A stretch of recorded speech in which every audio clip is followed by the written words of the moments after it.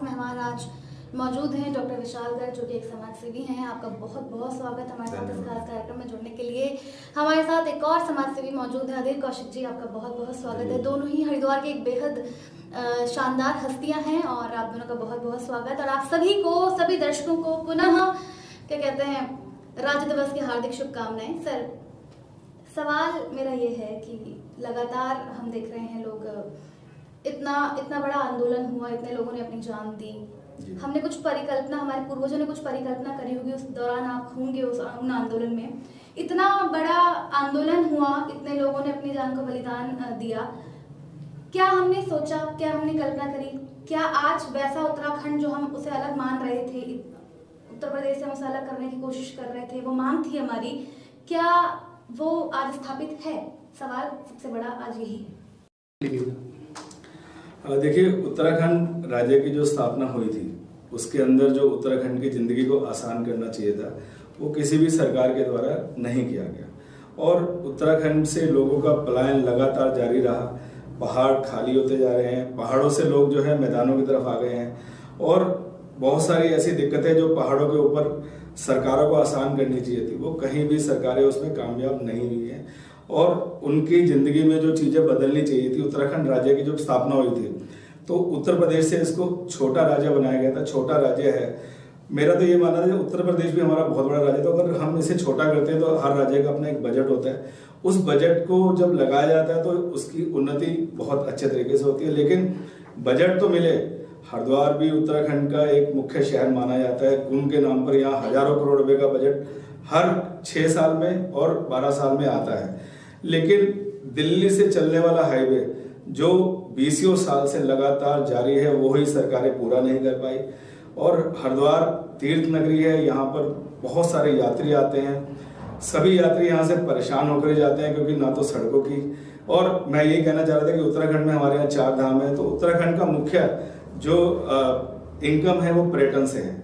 तो हम पर्यटन के रूप में भी उत्तराखंड को स्थापित नहीं कर पाए क्योंकि यहाँ पर इतना यात्री 4 धाम हरिद्वार में आता है, उनको सरकारों द्वारा सुविधाएं प्रदान करनी चाहिए थी ताकि वो यात्री आए। यात्री आता तो है, 4 धाम भी आता है, हरिद्वार भी आता है, लेकिन बड़ा परेशान होकर और यहाँ की सरकारों को कहीं ना कहीं कोसते हुए जाता है क्योंकि उसको सुविधाएं जो मिलनी चाहिए थी, जो एक छोटा राज्य बनाने की जो हमारी एक सोच थी कि उसको तरक्की के शिखर पर लेकर जाएंगे, वो कहीं ना कहीं हमारी सरकारें उसके अंदर नाकामयाब रही। बिल्कुल सही कहा आपने। मैं अधीर कौशिक जी की तरफ जाऊंगी और आपसे पूछना चाहती हूँ, और दर्शकों का भी कहीं ना कहीं ये सवाल है, इस पर आप क्या कहना चाहेंगे? सवाल वही है, मैं आपसे यही सवाल पूछती हूँ सर। मैं देवभूमि को नमन करता हूँ। वाकई देवभूमि है उत्तराखंड में। जब उत्तराखंड की स्थापना हुई थी, क्या सोच के उन नेताओं ने स्थापना करी कि उत्तराखंड एक खुशहाल हमारा प्रदेश बने। हमें तो जब उत्तराखंड में हम 90 में 91 तक हमने ड्राइवरी करी है और आज एक नाम है ड्राइवरी के रूप में हम देखते कि माता बहनें अपनी पीठ पे बोझा लाद के जो चढ़ती थी पहाड़ी, वो याद पलाते हैं क्योंकि पुरानी जिंदगी को भूलना नहीं चाहिए। सब में याद है, दोष जो है प्रदेश की सरकारें, कोई भी आए कोई भी गई, उन्होंने अपना हित देखा है, जनता का हित नहीं देखा। जनता का हित वो देखेगा जो जमीन पे काम करता हो, जो कुर्सी पे बैठ गया वो मलाई खाने के लिए बैठ गया, उसे अपना अपना परिवार दिखाई देता और अपने जो इर्द गिर्द दिखाई देते वो दिखाई देता। जनता के प्रति आवाज नहीं होती, जनता को जागृत होना पड़ा। हमने वो काल भी देखा था जब रामपुर तिराहे पे वो घटना उन महिलाओं के साथ, जो मुलायम सिंह की सरकार की जो नुमाइंदा पुलिस और पीएससी थी, उन्होंने जो बलबत्ता दिखाई थी, वो भी नजर हमारी आंखों में आता क्योंकि मेरी बस उसमें लगी हुई थी। बहन बिटिया को हमने कैसे बचाया ये हमारी आंखें बयान नहीं कर सकती। इतने दर्दनाक घटनाओं के साथ ये उत्तराखंड प्रदेश बना और आज चिंता है। मैं कहना चाहूंगा कि नारायण तिवारी जो यहाँ के सीएम बने, उन्होंने बहुत कुछ करना चाहा और बहुत कुछ करा भी, लेकिन जो और सरकारें आई उन्होंने कुछ नहीं करा, उन्हें केवल मलाई खाई है। सीडी कुल में जियो बना, जिसमें जहां तक मुझे याद है 70% उत्तराखंड वासियों को नौकरी देने की वादा हुआ था। उस जियो में भी कोई काम नहीं।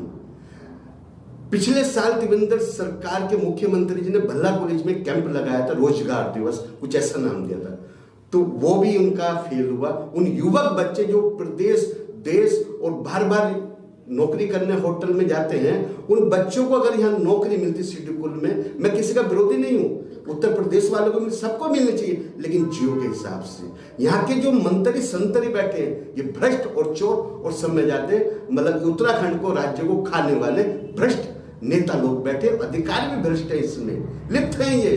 इन्हें पीड़ा नहीं कि उत्तराखंड राज्य हमने कैसे बनाया, कम से कम उसको तो समझे कि वहां मेरी बहन मेरी बिटिया भी होगी। वो आंखें नमी नहीं हुई, सिर्फ मलाई खाने के लिए कुर्सी में बैठते हैं। कि देवभूमि उत्तराखंड है, इसमें लोगों की हजारों करोड़ों आदमियों की आस्था, देश विदेश की आस्था है। आप हरिद्वार को देख लो, ये तीर्थ नगरी श्री गंगा जी का दर है। जब गंगा जी के नाम पे ये घोटालेबाजी करते हैं तो आप समझते हैं कि जब सुनार पे एक कहावत आती है कि अपनी माँ की लौंग का भी सोना नहीं छोड़ता, उसमें कटौती करता है, तो ऐसे भ्रष्ट ये नेता है। बिल्कुल अधिक कौशिक जी, एक और मेरा महत्वपूर्ण सवाल, जैसे कि आपने कहा आपकी बस उस वक्त थी, मैं चाहती हूँ कि एक बार छोटे से शब्दों में आप वो स्थिति, अगर हम उस मंजर की ओर चलें, अगर हम 20 साल पहले 25 साल पहले जाएं कि क्या वो स्थिति थी, क्या वो भयावह स्थिति थी, कैसे मतलब महिलाओं के साथ में दुष्कर्म तक हुए। मतलब अगर हम नैनीताल गोलीकांड की बात करें, देहरादून गोलीकांड की बात करें, मुजफ्फरनगर गोलीकांड की बात करें, मसूरी गोलीकांड की बात करें, तो एक भयावह स्थिति थी। आपने बहुत करीब से उसको देखा। मैं चाहती हूँ कि थोड़े शब्दों में आप उसको बयां करें उस स्थिति को, कि हम 2 मिनट के लिए वहां चले जाए कि वहां क्या हुआ था, किस तरह से जो है हमारे पूर्वज हैं, कैसे उन्होंने अपनी जान गंवाई, कैसे बलिदान हुए, क्यों वहां पर निहत्थे क्या कहते हैं गोलियां चल गई, ऐसी स्थिति क्यों आई और कैसे फिर उस स्थिति से हम लोग बाहर आए, ये मैं चाहती हूँ कि आप थोड़ा सा बताएं। इस दर्दनाक घटना को मैं अपने जीवन तक, जब तक मेरा शरीर में नहीं भूल पाऊंगा। वो मंजर रामपुर तिराहे का था। शांतिपुर हमारी बसें थी, 40-50 लाइन में थे हम, और शांतिपुर जा रहे थे। पुलिस की बलबलता, वहाँ के जो डीएम एसएसपी थे, उनकी जो बलबलता दिखाई दी तो हमें लगा एक आतंक के मोल में आ गए हम तो राज्य की मांग करने गए थे। हम भी अपनी जान बचा के भागे थे ईंखों में, और वहाँ देख रहे कि बस बयान नहीं कर सकता जो उस टाइम का मंजर था, बहनों के साथ, बिटियाओं के साथ, माताओं के साथ, हमारी भाभीयों के साथ, चाचों के साथ, वो मंजर मैं आपको बयान नहीं कर सकता। उस इतना दर्दनाक, और इस घटना को जो प्रकाश देंगे आपको बहुत ज्यादा करके, जो एक रामपुर तिराहे के पास एक गांव है, महावीर प्रसाद जी हैं, मुझे अब भी नाम याद है। उन्होंने गांव वासियों ने कितनी महिलाओं की जान बचाई और किन महिलाओं को रख के उन्होंने कई महीने तक अपने घर को उनकी रक्षा करी। मैं उनको भी नमन करता हूं कि वो पत्थर का दिल भी पिघल गया था उन बिटियाओं के रेप देखते हुए। बिल्कुल नर्स संहार कहते हैं ना, वो चीज वहां उस टाइम रामपुर तिराहे पे हुई थी। दर्द है हमें, लेकिन इन सरकार के नुमाइंदों को वो घटना भी याद नहीं रही। याद रहा तो कुर्सी पे बैठकर मलाई खाना। मैं इन नेताओं को कहता हूं ये देवभूमि है, अब भी बहुत कुछ हो सकता है, सिमल जाओ आप। बिल्कुल, एक पल के लिए ऐसा बिल्कुल लगा कि जैसे कि ये घटना अभी की है। मतलब हम उत्तराखंड के जो लोग हैं, उत्तराखंड के जो वासी हैं, वो कभी उस चीज़ को नहीं भूल पाएंगे। सर, मुझे एक बात समझ नहीं आती कि ऐसा क्यों हो गया कि एक रैली जा रही है, आप सरकार से मांग कर रहे हैं कि इस राज्य को अलग बना दिया जाए क्योंकि विकास नहीं हो रहा है, तो वहाँ पर बलात्कार जैसी घटनाएं क्यों आती है, निहत्थे भीड़ पर गोलियां चलाने वाली हत्या, ऐसी क्या जरूरत पड़ जाती है कि आतंक जैसा माहौल आपने बना दिया है? मेरा ये सवाल और सभी उत्तराखंड वासियों का कहीं ना कहीं ये सवाल है। ये ऐसे जो वाक़या होते हैं ये बहुत जगहों पर होते हैं। सरकारों द्वारा जो बलपूर्वक घटनाएं करी जाती हैं, ये कहीं ना कहीं निहत्थे लोगों को, ये आज की डेट में जो सरकारों के अंदर राजा और प्रजा वाली बातें आ गई हैं। मेरा ये मानना है कि वो अपने आप को राजा समझते हैं और आम जनता, जबकि यहाँ पे लोकतंत्र है, इसको प्रजा समझते हैं। जब ऐसी जब सोच आ जाती है तो ये निरंकुश घटनाएं आम हो जाती है, क्योंकि पुलिस प्रशासन उनके हाथ में होता है। आपको लाठीचार्ज करवाना, आपको गोलियां बरसाना, आपको इस तरह की घटनाएं आप सोच भी नहीं सकते कि महिलाओं के साथ ऐसी बर्बरता के किसने आदेश दिए होंगे, लेकिन फिर भी बर्बरता हुई, क्योंकि ऐसे जन आंदोलनों को निरंकुशता से निपटाने के लिए सरकारों द्वारा आदेश दिए जाते हैं, तो उसको जनता जवाब देती है। जब चुनाव होते हैं तो वो जनता फिर अपने बोर्ड के माध्यम से उनको जवाब देती है हर बार, और तभी सरकारें जो है बदली जाती हैं। तो यही चीजें हैं, सरकारों को राजा और प्रजा वाला एक आदमी जब तक बना नहीं है नेता, तब तक तो वो अपने आप को जनसेवक मानता है, लेकिन कुर्सी पर बैठते ही वो राजा हो जाता है और जनता उसके लिए प्रजा हो जाती है।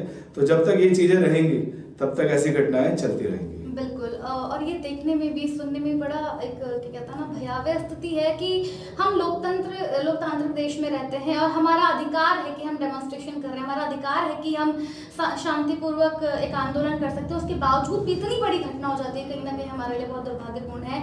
मैं आप दोनों का बहुत बहुत स्वागत करती हूँ कि आप हमारे साथ इस खास कार्यक्रम में जुड़े। आप दोनों का बहुत हार्दिक स्वागत। पुनः हमारे सभी दर्शकों को मैं राज्य दिवस की हार्दिक शुभकामनाएं देती हूँ और देखते रहिए सिटी स्पेशल न्यूज़। धन्यवाद।